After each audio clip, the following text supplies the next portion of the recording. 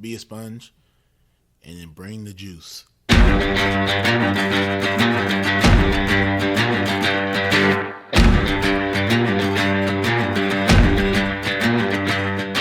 By focusing on your improvement, by focusing on your progress, and eliminating any fixed mindset that you may have and acts of perfectionism, then you encourage your own mastery. On some level, we do what we want to do 24 hours a day. Now, sometimes it may not seem like that, but if I'm choosing to work instead of sleep, what I'm actually saying is keeping my job is more important than sleeping. I'm tired of this. I'm tired of getting beat. What can I do to get over this hump? So mentally, that's when I kind of put that forefront, like, hey, it's either all or nothing. I like to put failure in quotations because I don't believe that failure is true failure if you're looking at it with the right mindset. The truth is, the journey to greatness is hard. It takes time, it takes effort, it takes focus, and every day you have to decide what you value, what you want to pursue, and what you want to achieve. And if you dig deep enough, if you push hard enough, we all have what it takes to be great. Welcome to the Edge of Greatness.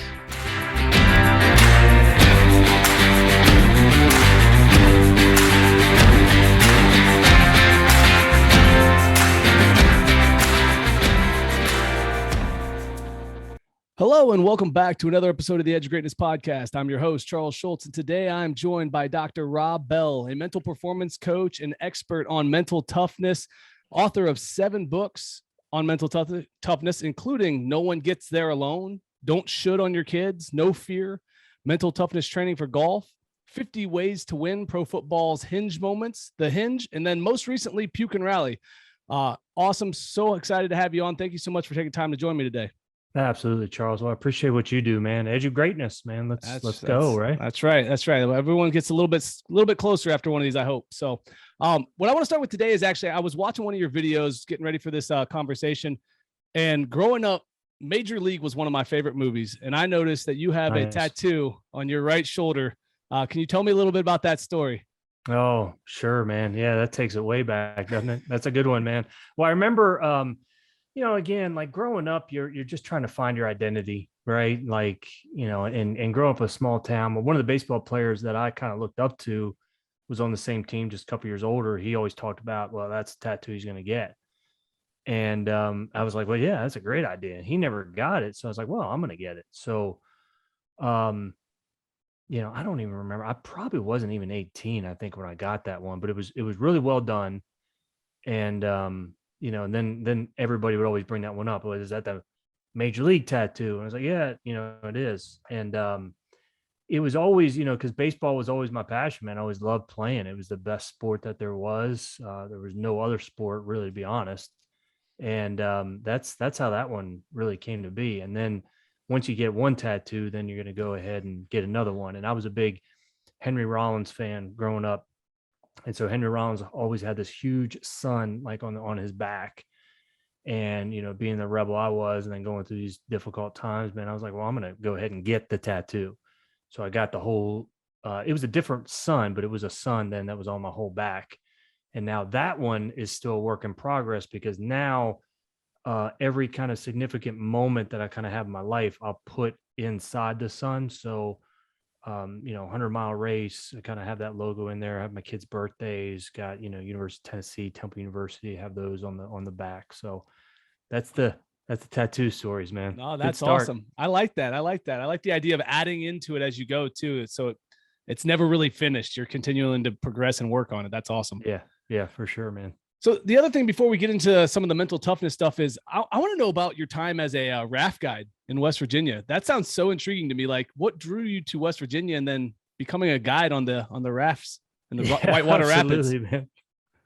I'm liking the podcast already, man. That's good. So again, I grew up in Western Maryland, and I went to a Division II school there in West Virginia. And, after baseball ended, basically just needed to work. And, we're probably 20 minutes there from like the Shenandoah and Potomac River. And when the water gets up, I mean, it's pretty fast. But then during the summertime, I mean, that water's real low. And I'd only paddled it, when it was high. And, just had a couple buddies that that were raft guides, and was like, all right, man, let's do it. So then went and did all the training and all the certification, and then did it. And then my last training, like to be like the raft guide, right? Like you had to do, I don't know how many trips, man, like 10 trips. And then you had to like run a couple on your own. So then I ran it as very last one. And then I was certified. So I was like, getting ready to run it. And this is how poor it was. Like you got $20 a trip. It took a couple hours for the trip. So you were just dependent on people that were going to tip you. You know what I'm saying? So if you got, one of the Girl Scout groups or Boy Scout groups, whatever, like one of the kids, you knew you weren't getting a tip. You know what I'm saying? So it's kind of like, man, it just kind of sucked, man. It was like, because you didn't get to pick your boats. You were low, man. And so you had to do 2 trips a day. It took all day. The least amount you're going to get was like $40. And I look at it now and I'm like, how do you possibly do that, man? But you got a great workout and you got a huge tan. And so for a couple of years in college, it was great. But the ancillary benefit was you got to learn so much then about people as well. And that was the part that, it just doesn't pay off at the time, but it pays off later on. And, I love paddling, love being outside. And that was part of it, man, a raft guide. And then from that, man, when I graduated college, I moved out to Colorado. I was guest services on the mountain there for Crested Butte. So it kind of transferred over, you just entertain people, make them laugh. And the personality kind of comes out. So I'm glad you brought that up, man. Oh, for sure. So let's get a little more into the mental toughness part of it now, because I think that's something that's very intriguing to me. I think that's something that a lot of my listeners can benefit from. But what I'm curious is, what does mental toughness mean to you? What does that mean to you? Yeah. So great question, man. So again, let's look at it what it's not, right? It's not flipping big tires. It's not just this physical exertion piece. Now, there are components of physical toughness that can go into mental toughness. Absolutely. But that's not all it is. And I think that's where we really confuse it. The other part about what mental toughness is it's not doing it on your own. I think it's the opposite, man. I think it's really, needing a coach in your life. I think it's knowing your weaknesses, your blind spots, and then allowing other people to coach you up on these areas that you're going to need help. Because if it's all about you and it's all you trying to do it, you're not noticing, where, again, the blind spots and weaknesses are in your life. So it's certainly not just doing it on your own. And I think that's when we really get into trouble, is we think it's pulling up your bootstraps. You got to do it. And, there's components of life with that, but that's not mental toughness, man. It's really raising your hand. And I don't think you need to raise your hand in a group either. I'm a kind of solo raiser, I'll raise it like in private, but, I'm a jeans and t-shirt kind of guy, right? I try to keep the definition of mental toughness pretty simple. And I think when we define mental toughness, I've always got back to, because I'll have academics that, challenge me all the time on this stuff. I'm like, look, you're in academia. That's great. I was in academia. I get it, but in theory and practice, they're the same, but in practice, they're different. So all it is, it's how we deal, handle, and cope with the adversity, the struggle, and the setbacks in life. That's really all it is, how we deal with that. And then when it comes to the performance realm, you have the aspect of how well you perform under pressure. But that's really all it is. It doesn't get any more complicated than that. And that's really, it's how we deal with it. And one thing I know to be true is that it's certainly not about the setback. It's always going to be about the comeback. And the part about mental toughness, it's like, look, it's not going to win you anything. But if you don't have it, it will lose it for you. And that's the piece. Then we can get into, well, what's the importance of it? And it can go a whole lot of different tangents, but that's how I define it, man. Yeah, no, I love the simplicity of it, because when I'm coaching, I try to break things down as easy. If I can't give it to you in simple terms, then you're not going to grasp it enough to be able to run with it anyway. And that doesn't do you any good. So I like the simplicity of that. And you said something really interesting in there about you're not in it alone. You shouldn't do it alone. Because I've heard you mention before that we're not put on this earth to coach ourselves. Right. Can you tell me more about that? Yeah, I think, and again, it's dependent on, where your faith perspective is, but I really believe that just God works with other people. It really does, man. And it's an experience. And you think about it, right? It's like we all remember our favorite coach. We all remember that coach that made such an impact on our life, but we also remember the one coach that made a negative impact on our life. and we learn from both of them. We even learn, hey, how I don't want to approach people, how I don't want to be coached, how I don't want to coach other people. So that's where, I mean, it's like when we try to do it on our own, we can get so far. And it's kind of like that old, Chinese proverb, right? If you want to go fast, go alone. If you want to go far, go together. And I just think, well, I just know it. I mean, I know we have to allow certain people in our lives to be able to coach us. And then we, at the same time, are able and granted permission to coach other people. I think that's where like the flow of life takes hold. I mean, everyone, no one's ever short of an opinion, right? So it's like, even with today, you better know where that information is coming from, because it's got to come from a trusted source, somebody you know, and that is an expert at like what they do. And that's where I really just think it's back to the essence, man. Is I don't think we were meant to coach ourselves. I really don't. I think we were meant and allow other people into our life to be able to coach us, to speak truth to us. Yeah, no, I totally agree with that, because I think we often see the shiniest version of ourselves. We don't want to look at the dark corners that maybe we're not comfortable with, maybe we're not happy about. Maybe there's some things that when we look in the mirror, we don't like what's looking back at us. So we kind of like put it off to the side. And if you don't have that trusted person to give you feedback, to tell you, hey, that's the wrong path, it's really easy to get lost on, this is what's comfortable and this is what I like to do, so I'm going to go this way. And I know I don't have to look at that person I don't like, or that thing that I don't want to do, or whatever it may be, as you move through and navigate your challenges. So yeah, it is, man. Because we're competing against our own mind, that just wants us to stay safe. So it doesn't want us to look at what it's bad at, only wants. And that's the part. That's the part about allowing other people in our lives. Right. When we were talking about your tattoo, you mentioned the 100-miler, and I noticed that that's something that you've kind of taken a liking to. You've done an Ironman, correct, and then the 100-miler and a ultra marathon, some different things like that. So when I think of things like that, I think they're incredible. I think that the people who do them have an incredible ability to battle through the adversity. But when I look at that, I have no desire to take on that challenge. Personally, I think I'm a relatively mentally tough person, but my fear is that my desire, or my lack of desire, would fail me in that moment. So I want to know is, how much does our desire play into our ability to be mentally tough? It's huge. It's absolutely huge. And that's where I think, like, because I'll kind of challenge some people and say, I can never do that. Or, I can never do that. I said, well, wait a second. Let's say if you didn't finish, that your whole family would be killed. Do you think you'd finish then? And they say, and I'm just laying it out, right? And they said, well, yeah, man, I'd finish. I said, okay, so you could, but the point is that it's just not on the radar. It's not something you want to do. So in that part, it's okay, but don't say you can't do it, because if you really had to do it, you could. So it is getting back to what, because the passion, the love for the sport, the love of what we do is going to surpass everything. If you don't love what you do at some point, and this can go in a bunch of different directions, right? If you don't love what you do, at some point, it's going to get too difficult, and you're not going to get the most out of yourself.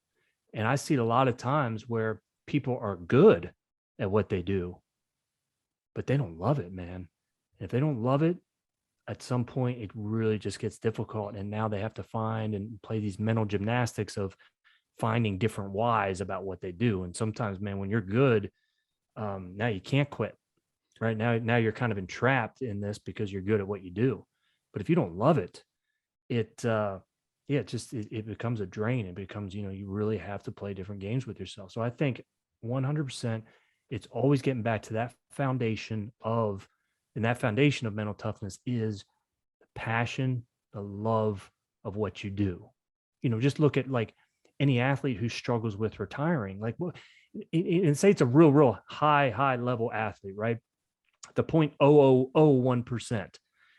Why would, they don't need to keep playing, like they could live on an island and do whatever, I say, but think about it, right? Like they still can play, and it's the love of the sport. They love to play. There's nowhere else that they're going to be able to play like they do. They can, announce or whatever another time, but they can't play. And that's the part about life, man. I think we need to keep playing, and that's the part about sport that becomes so important, is our ability just to play and get engrossed in that. But it is 100%. It's always getting back to that passion and love. Yeah, no, and I agree. I think we spend too much time focused on the work and not the play, and we lose the passion and we lose the fun and we lose the joy that comes with the things that we actually want to do. And I think that's what, the people who really excel and achieve a high level of excellence, they match that joy and love with the things that they're doing. And it just elevates them beyond being good. They become great. They become excellent. Because like you said, if you're good, you get stuck. You might have to do it. But will you ever become great if you don't love what you're doing? That's right, man. Yeah. So tell me a little bit about what competing in those endurance events has taught you about your own mental toughness. So a mental toughness as well. So if somebody's listening, right? Like, that's not me either. Doesn't mean they're not mentally tough. There's a lot of different ways that you can be mentally tough. My son, for instance, he has a remarkable gift about being able to let go of mistakes. It's really comical. Now, he will get upset. He'll get, frustrated. But like 5 minutes later, man, it's like it's totally gone and it never happened. And it's like amazing because that mistake is going to bother me for another 48 hours and he's able to let it go. So that's a part of mental toughness, right?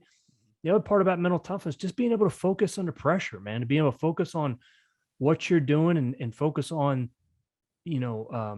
the task at hand, not the context. That's a huge part about mental toughness. The ability to believe in yourself, the ability just to simply have faith, that's an aspect about mental toughness. So I think we look at mental toughness as I have it or I don't. I don't think we look at it that way. I think the best way to look at it is how much trust do I have in my teammates and my coach, right? How much or how well do I do at being able to let go of mistakes? And so what I've learned about myself is that those three that I just mentioned, I'm horrible at letting go of mistakes. I'm okay at confidence. I'm okay at focus. What I'm really good at is just never giving up. And hence we do what we're good at. And so I like to test myself in those type of environments that, look, if you just never give up, you'll be successful. You'll work at it. The discipline, not a problem. That's a strength of my life. That's, don't have a problem with that. So I like to operate in that space of, yeah, man, I'm an athlete, but I think we're all athletes. Our office is just different. So I think we've got to be able to figure out, man, what is it that I'm really good at? Then you find the situations that will reveal that part of you or test that part. And that's what I've learned about that. The other, is it okay if I elaborate on one more point? Oh yeah, please do. Please do. I'm a mountaintop experience guy. I've always struggled with that, right? Meaning we win the championship, right? We're on top of the mountaintop. I want to live up there. I really do, man. I want to live up there. I don't ever want to come back down. And Tom Petty said it, right? Like coming down is the hardest part. Now, I've always struggled with it, man, because I'm just like, look, the lead up and anticipation of what we're doing is like so much fun. And then it happens. And then when it's done, nothing. And so what I've learned even more so is, we know this before, we know the process is more important than the product, but all we ever talk about is the product. All we ever celebrate is the product. There were many times during these trainings of when I wasn't quite sure how this training was going to go. I mean, I had 16 different training runs over a marathon distance. So over 26 miles, just training runs, and 13 of them, I threw up. Now, that didn't really build a lot of the confidence. It helped when actually during the race that I threw up. But the point is that the process is more important than the product. And I had to remind myself that if it's just for the product, man, then what are you doing out here at 6 a.m.? Like this is the reward right here. Being out here with just your breath, just your chocolate lab in the dark, no one else, being still and moving and pushing yourself at the same time. Man, that's what life's all about. And I had to constantly remind myself that, yeah, man, you have that goal, everything you're going to be training for, but this is really what it's about, man. And that's the part of becoming so engrossed in the process that becomes the reward in itself. Yeah, I love that. There's a lot to unpack right there. So I'm going to take a couple questions out of that, because one of them was, you mentioned it's not about whether or not we have mental toughness, but how much. So therefore, is it something we can develop more of? Oh, I totally agree. Absolutely. It's again, somebody that has quickness or speed, right? Mhm. Well, yeah, let's say they never even work at their speed. They still might be faster than you at a certain point, but in the same thing when it comes to mental toughness. So somebody that has a personality of just not getting too stressed out isn't going to work it as hard as they need to necessarily on that skill. But no matter what, we can all get faster. We're just working on those skills and we're putting ourselves in those environments. And it's just an awareness of what's the skill that we are working on and how do we go about testing that and training that.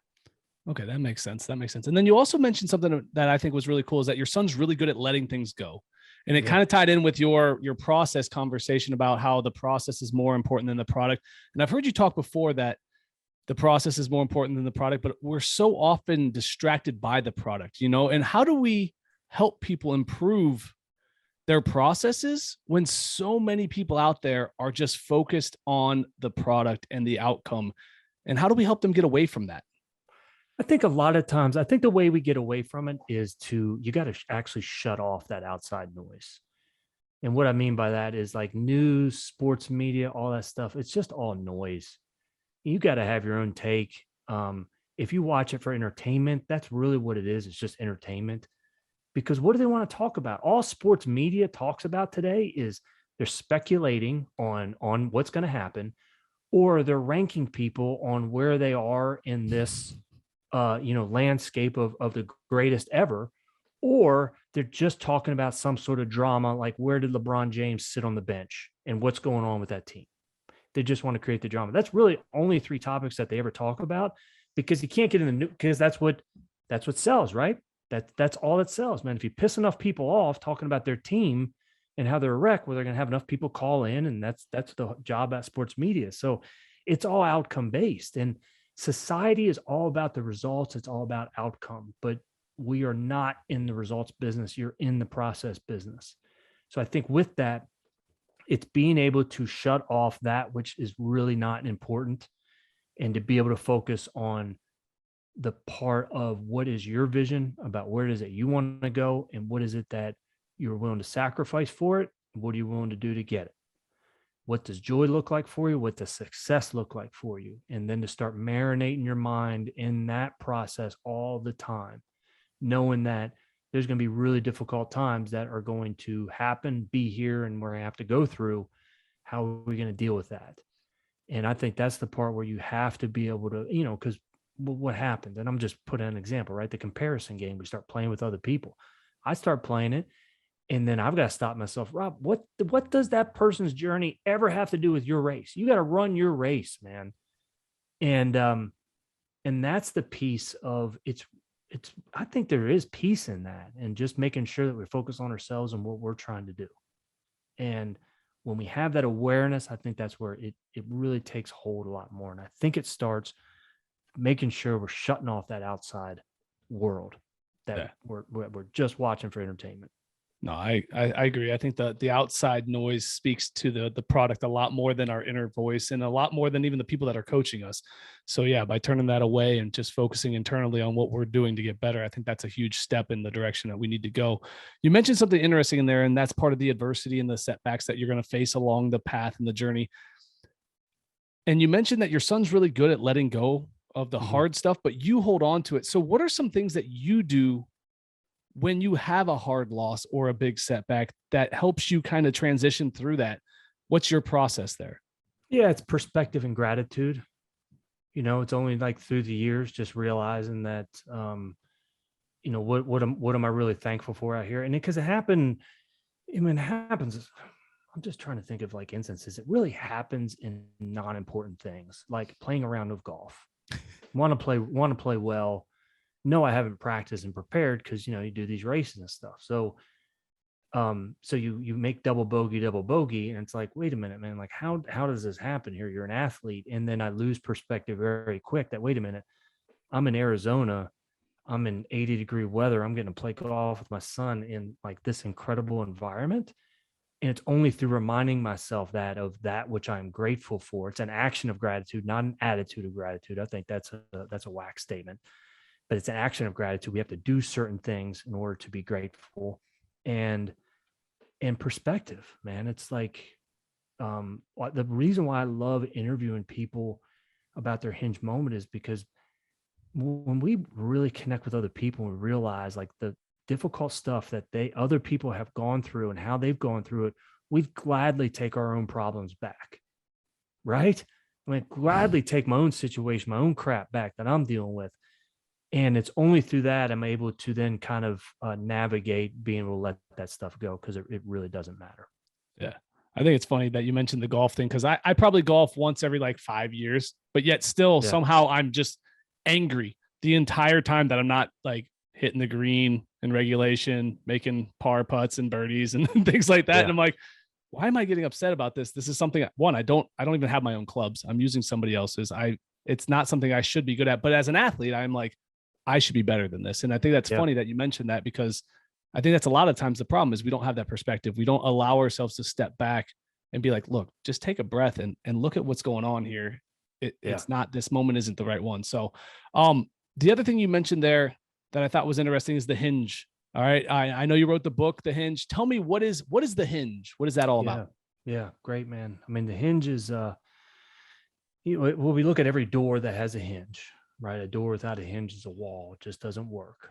If you ever hear about doors opening and closing in life, that's because of the hinge. If you ever hear of a rusty door, it's not the door that's rusty at all, man. It's the hinge that gets rusty.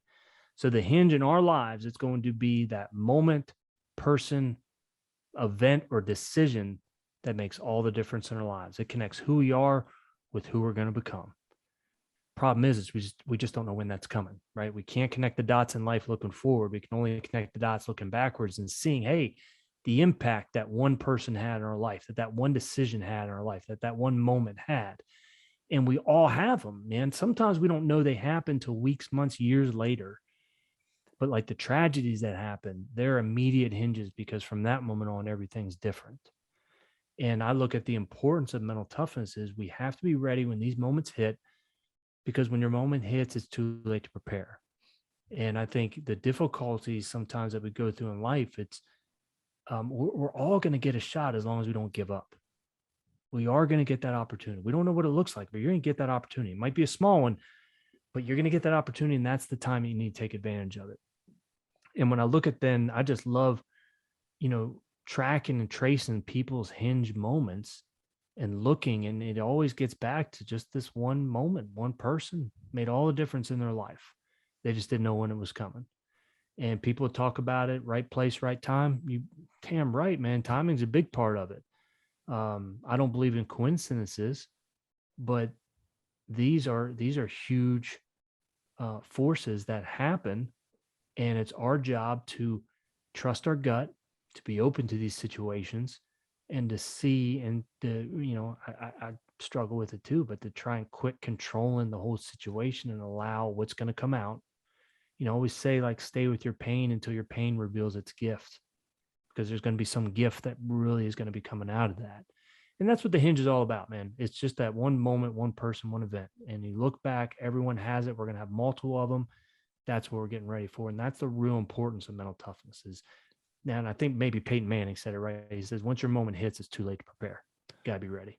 Yeah. No, I love that. Would you mind sharing one of your hinge moments with us? Sure, man. You want me to share one? Like, I share, falling off a cliff. I've shared that one. I'll share one that I don't share a lot, if that's okay. That'd be awesome. Yeah. All right. So one of them was simply this, and this story will make sense. Hopefully I'll describe it the right way. I need to, so my grandmother used to get me the Christmas gift every year of Reader's Digest magazine, a subscription for Reader's Digest magazine, right? Yippee. I'm a 12, 13-year-old kid, man. But I would always, again, sports honk, man. I would find some pretty cool short stories, and I'd find a sports story in there. Well, I came across this one story about the runner's high. And with the runner's high, what I was just reading about was that there was an actual research study that looked at these runners that went on these long distances, and they experienced these euphoric sensations, kind of like what we all experience when we get in like that flow. And so, okay, well, it's great story. Fast forward, 7 years, I'm getting ready to graduate college. Now, in the psych program of where I'm at in Shepherd University, we have to do a capstone research project. So you have to do a research project. When I was announced in that class, and I remember what came to my mind was a Reader's Digest article, that Reader's Digest story. I'm gonna go find that and figure out what that was about. It was the only at that moment it was tattooed in my mind. That's what I'm gonna go do. Okay, great. I went and I find it and I kind of do the study, I present the study and everything, and it goes okay. I move out to Crested Butte, Colorado, because I wanted to be a ski bum. Saved up about $5,000. During that time, I applied to my couple of universities. I was a fringe candidate at best. I did well in my psych classes, but I graduated barely a 3.0 in all my others. I never really got it until grad school that, wait a minute. My whole attitude was I don't have to study and I can get B's. I'm just going to do that. Now, in my psych classes, that was different because I had a passion towards that. And I got 4.0 in all those classes because I was passionate towards it. Back to the passion piece. So I'm a fringe candidate at best to get into grad school. My GRE scores were okay, nothing spectacular. I'm in the interview at Temple University.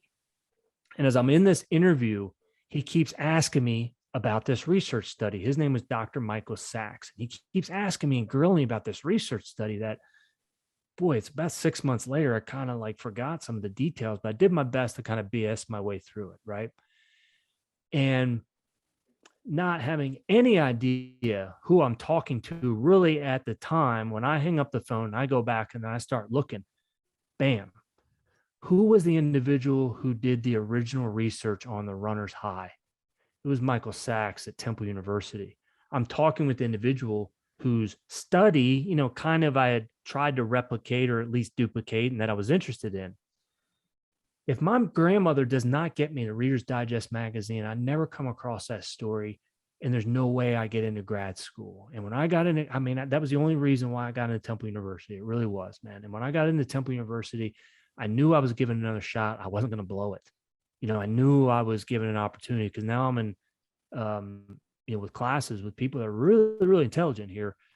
And, I wasn't like a clown or anything. I could get my act together, and I sure did. Because I remember this, whatever you think about Lance Armstrong, but he always had an awesome quote. He said, look, if you ever get a second chance at life, you got to go all the way. And that was true, man. That's when I wasn't going to blow it. When I got to grad school, I had already read all the books that I was going to read that semester, man. I'd immersed myself then into running and discipline and everything.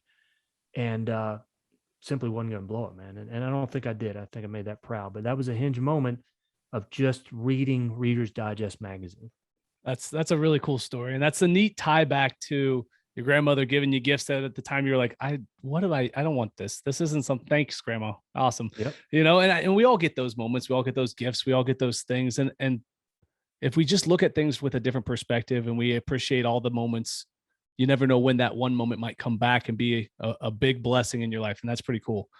Yeah. So, I want to go one more. That's one I don't get to share a lot there. No, I appreciate that. Thanks for letting me take it, man. That's an awesome one. I think my listeners will really enjoy that one. I think that's a very cool story that leads to who you are today. And that's such a huge moment for you. So I do want to dig in a little bit more because a big part of what you talk about is it's not about the setback. It's about the comeback. That's a big part of the new book.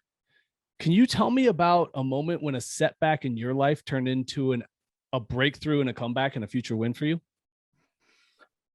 Man, which one do we talk about, right? It's like, in general speak, you're not going to reach the level of greatness without failing, without choking under pressure, without having gone through extreme difficulties. Like, people try to say life isn't a sprint, it's a marathon, but it's a whole lot harder than a marathon, man. Let me tell you, it really is. This is a race that has no finish line. And if you want to reach your full potential, you will go through extreme adversity where you question whether or not it's totally worth it. It's just the path that you have to go on. Now, maybe you don't go through it. And if you don't go through it at that point, getting to where you want to go, then you're going to reach it at some point then when you're at the top. And I always think that's a bad time to face the adversity because you're not going to handle it as well as if you face it on the way up. And so it's not about the setback, it's about the comeback. It's just knowing that that is part of the trials and path that you're going to have to go through. I think one of the setbacks that, and it's just multiple, man, because I made so many bad decisions, you know, business wise, man. And it's like, you know, I'll mostly look at one. It's like, I'm in academia. When I finished up my doctorate at the University of Tennessee, sports psychology, I'm working with athletes, but I'm not all in. I get a job at a university teaching sports psychology, mentoring students, running the sports psych program, you know, for masters. Like, great, man, it's wonderful. Now I fast forward a couple years, and I've been there now for 4 years, and I've trying to do my business, but I'm a professor at the same time. Now I'm not all in on either one. And I always say, if you're not all in, you're in the way. And I was in the way. I wasn't all in on my business. I'm not all in now with mentoring students and doing research and stuff like that. And now I've got 2 kids under the age of 5 years old. And I go and I talk with my wife about it, and I go in and I tell my boss, I said, look, I'm done. I said, I'm leaving at the end of the semester. I'm doing my business. And it was that moment there where it was a major setback, because now I'm comfortable. Like, I'm leaving a salary position, right? Good position. You have time, you have everything. But I wasn't happy, and it just was not worth it, man. So the setback from it was I needed to figure it out fast. How you need to get and retain clients. How do you build a business? The models out there really aren't that great. You know, what is it that you're going to do? And yeah, I mean, I had some success working with athletes, but you got to have the whole business acumen that goes along with it. Well, I'd like to take the shot kind of guy. Like, I'll take the shot. You know, I know I'm going to miss. That's part of it. I don't mind missing. You know, yeah, it hurts. It's going to suck, but I want the shot, because only if you want the shot can you make it. Like, I don't like the sidelines of life, man. I think that is just a whole different kind of life, and there's no action there. I want the shot.